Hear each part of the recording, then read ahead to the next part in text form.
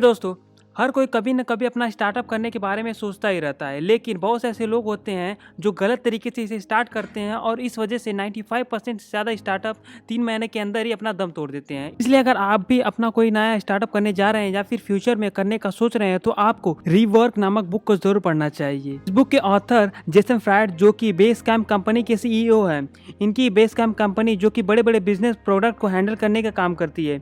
अपने base camp company की start करने के दौरान उनको जो एक्सपीरियंस हुए हैं उन्हीं के आधार पर उन्होंने इस बुक को लिखा है। इस बुक के बारे में जाने माने अमेरिकन इन्वेस्टर मार्क क्यूबन ने कहा था कि अगर आपके सामने दो लोग हैं, उनमें से एक MBA किया हुआ और दूसरा रिवर्क बुक पढ़ी हुई हो तो वे उसे चूज करेंगे जिसने रिवर्क बुक को पढ़ी हुई हो। तो फ्रेंड्स, आपको इस बुक की इंपॉर्टेंस समझ में आ गई होगी। अगर आप भी कोई नया स्टार्टअप शुरू करना चाहते हैं तो आप इस वीडियो को एंड तक जरूर देखना। इस बुक के ऑथर जेसन फ्राइड ने इस बुक में काफी सारे लेसन को बताए हैं जिनको हम 1 बाय 1 करके डिस्कस करेंगे। Lesson number 1, scratch your own each. दोस्तों, आप सभी लोग जूतों की फेमस कंपनी नाइकी के बारे में तो जानते ही होंगे, लेकिन इसको स्टार्ट करने की स्टोरी काफी ज्यादा इंटरेस्टिंग है। अमेरिका के एथलीट के कोच बिल ब्राउमैन ऐसे जूते ढूंढ रहे थे जो कि काफी ज्यादा स्ट्रांग और इसी के साथ यह काफी हल्के भी हों। उन्होंने ढूंढा लेकिन उनको ऐसे जूते नहीं मिले, इसलिए उन्होंने अपनी वर्कशॉप में लेदर और आयरन का उपयोग करके ऐसे जूते खुद ही डिजाइन कर दिए और इसी तरह उन्होंने अपने प्रॉब्लम का खुद ही सोल्यूशन ढूंढा। इन्हीं जूतों की वजह से एथलीट की रनिंग स्पीड काफी ज्यादा तक इंक्रीज हो गई और इसी तरह नाइकी जैसी कंपनी की शुरुआत हुई जो कि आगे चलकर पूरे वर्ल्ड में फेमस हुई। दोस्तों, बिल की प्रॉब्लम थी अच्छे रनिंग जूतों का न होना और उन्होंने इसका सोल्यूशन ढूंढा और इसी को अपना प्रोडक्ट बनाया। इसी तरह अगर आपको प्रोडक्ट का आइडिया नहीं मिल रहा है तो सबसे पहले आप ये देखो कि आपको क्या प्रॉब्लम है, फिर उस प्रॉब्लम का सोल्यूशन ढूंढिए। वही सोल्यूशन जो है वो आपका प्रोडक्ट बन सकता है और इसी को ऑथर ने स्क्रैच योर ओन ईच बताया है। यहाँ पर ईच का मतलब आपकी प्रॉब्लम से है और इसी को आपको मिटाना है। नंबर 2,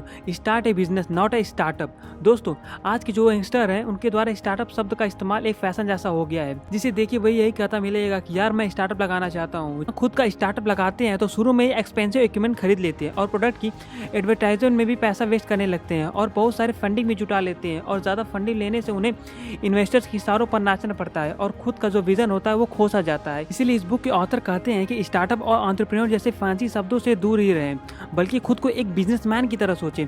इसके लिए आपको ना कोई डिग्री चाहिए ना कोई सूट बूट। ज़्यादा पचड़ों में पड़े बिना अपने बिजनेस को डायरेक्टली स्टार्ट कर दीजिए और जो भी कुछ आपके पास है उसी का उपयोग कीजिए और धीरे धीरे अपने बिजनेस स्केल को बढ़ाते जाइए। इसको हम एग्जाम्पल से समझते हैं। स्टार्टिंग के टाइम पे एंड्रॉइड का बहुत ही ज़्यादा सिंपल वर्जन लॉन्च हुआ था और फिर पॉपुलर होने के बाद उसमें धीरे धीरे अपडेट आते गए और अब तो काफ़ी ज़्यादा नए नए वर्जन आते रहते हैं। इसी तरह अगर आपको स्पीच देनी है तो पहले आप 10-20 लोगों के बीच दे सकते हैं, फिर 100 लोगों के बीच और फिर धीरे धीरे भीड़ आपके सामने आती जाएगी। इससे आपको कभी भी पब्लिक स्पीकिंग से डर नहीं लगेगा और आप एक दिन परफेक्ट पब्लिक स्पीकर बन जाएंगे।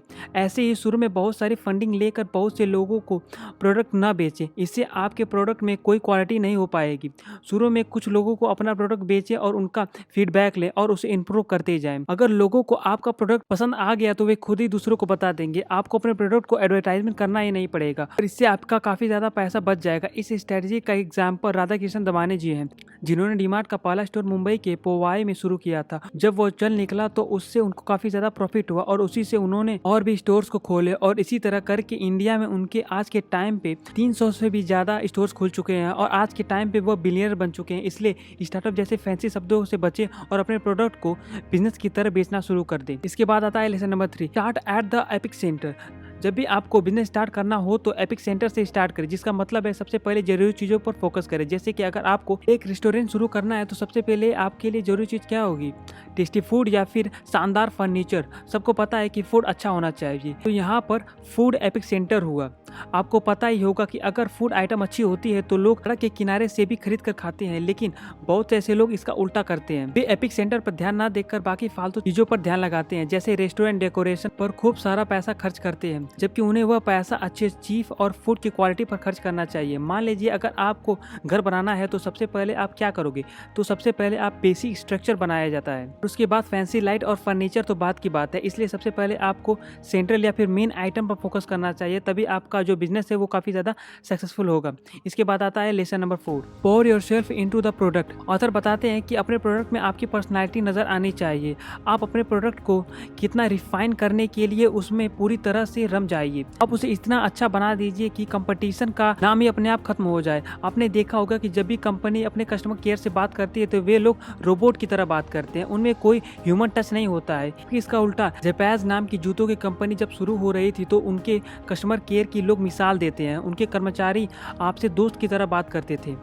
और आपकी कंप्लेन पर काफ़ी जल्दी रिएक्ट भी करते थे। इससे कस्टमर को बहुत अच्छा यूज़र एक्सपीरियंस मिलता था। इस तरह ज़ेपेस के ओनर ने अपने प्रोडक्ट को अपने पर्सनल टच दिया और आगे चलकर वो काफ़ी ज़्यादा बड़ी कंपनी बन पाई, जिसको बाद में अमेज़ॉन ने खरीद लिया। Lesson number 5, keep it smile. जब सभी कंपनीज रैम और GHZ के बारे में बड़ी बड़ी बातें कर रहे थे, तब उसी समय स्टीव जॉब्स अपना आईपैड लेकर आए और उनका एक सिंपल सा मोटो था, 1000 सॉन्ग्स इन योर पॉकेट, और लोगों ने धड़ाधड़ इस प्रोडक्ट को खरीदना शुरू कर दिया। इसलिए दोस्तों, अपने कस्टमर के लिए चीज़ों को आसान रखिए। चाहे कितनी भी कॉम्प्लेक्स टेक्नोलॉजी का इस्तेमाल किया गया हो, लेकिन प्रोडक्ट बहुत ही यूजर फ्रेंडली होना चाहिए। इसके बाद आता है lesson number 6, fail many times.